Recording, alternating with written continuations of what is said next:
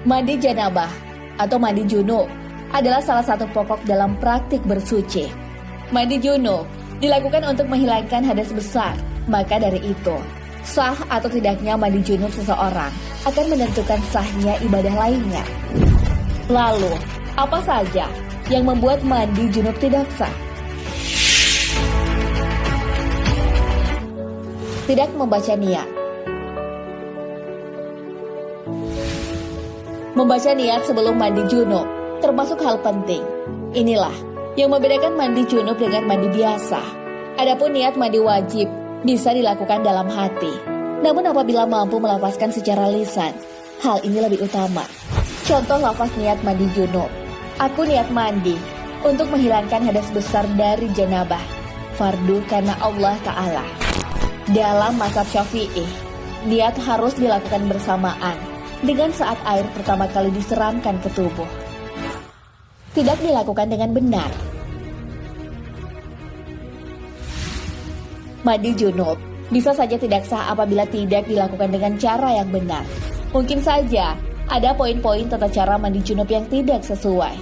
Inilah tata cara mandi wajib yang benar sesuai sunnah Rasulullah SAW. Pertama, membaca niat membersihkan hadas besar tanpa bersuara.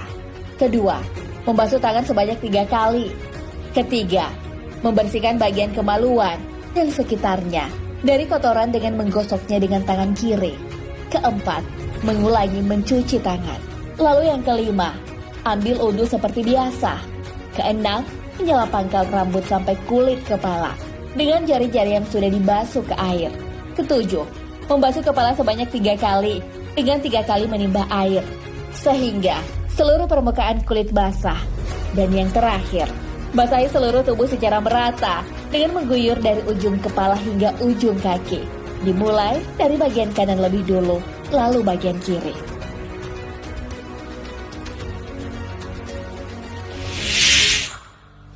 Tidak menggunakan air bersih. Air yang digunakan untuk mensucikan diri saat mandi wajib haruslah air yang bersih. Air yang terbebas dari kotoran dedaunan misalnya. Oleh karena itu, mandi wajib tidak sah apabila air yang digunakan keruh atau tidak bersih.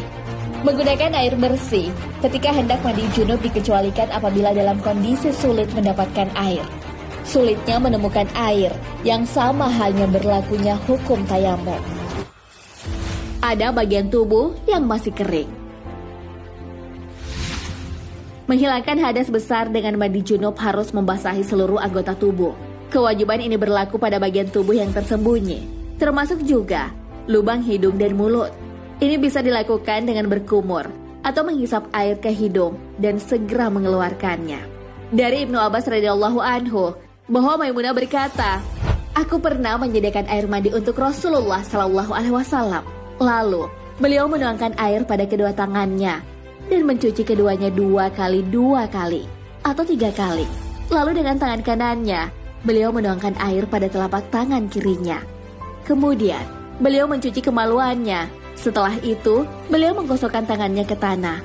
Kemudian, beliau berkumur-kumur dan memasukkan air ke dalam hidung. Lalu beliau membasuh muka dan kedua tangannya. Kemudian, beliau membasuh kepalanya 3 kali dan mengguyur seluruh badannya. Setelah itu, beliau bergeser dari posisi semula, lalu mencuci kedua telapak kakinya di tempat yang berbeda.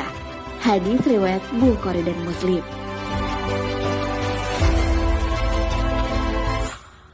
Rambut tidak terurai. Tidak menguraikan rambut dapat menyebabkan mandi wajib tidak sah. Jika rambut seseorang dikuncir atau disanggul, baik laki-laki atau perempuan, sekiranya dibuka, karena bisa saja menyebabkan air tak bisa menembus sanggul rambut. Bulu-bulu dalam lubang hidung tidak wajib dibasuh, karena dianggap batin, tidak tampak atau zahir. Tapi kalau bulu-bulu di dalam hidung itu bernajis, juga wajib dibasuh. Masih terdapat kotoran dalam kuku. Mandi wajib, mewajibkan air menyentuh seluruh anggota tubuh.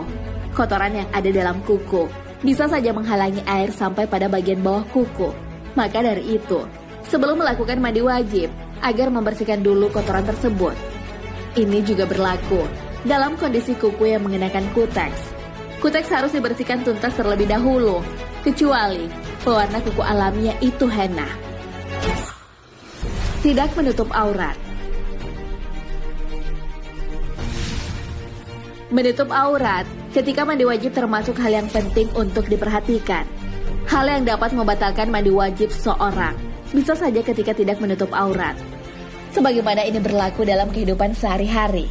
Kewajiban menutup aurat dari orang lain juga berlaku ketika mandi junub. Orang yang bisa saja tidak menjaga aurat ketika mandi, apabila dilakukan di tepi sungai atau di tempat umum lainnya. Memiliki tato.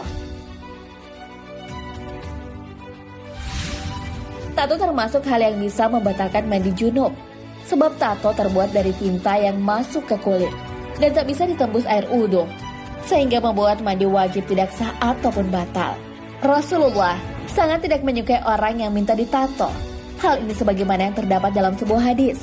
Rasulullah Shallallahu Alaihi Wasallam melaknat perempuan yang mentato dan minta ditato, dan yang mengikir gigi dan yang minta dikikir giginya.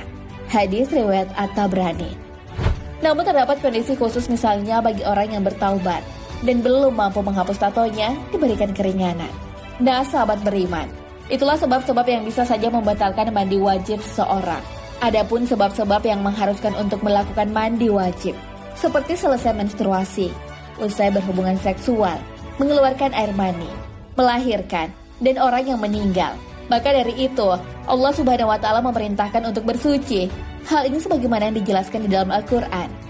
Dan jika kamu junub, maka mandilah. Al-Quran Surah Al-Ma'idah ayat 6. Wallahu a'lam bishawab.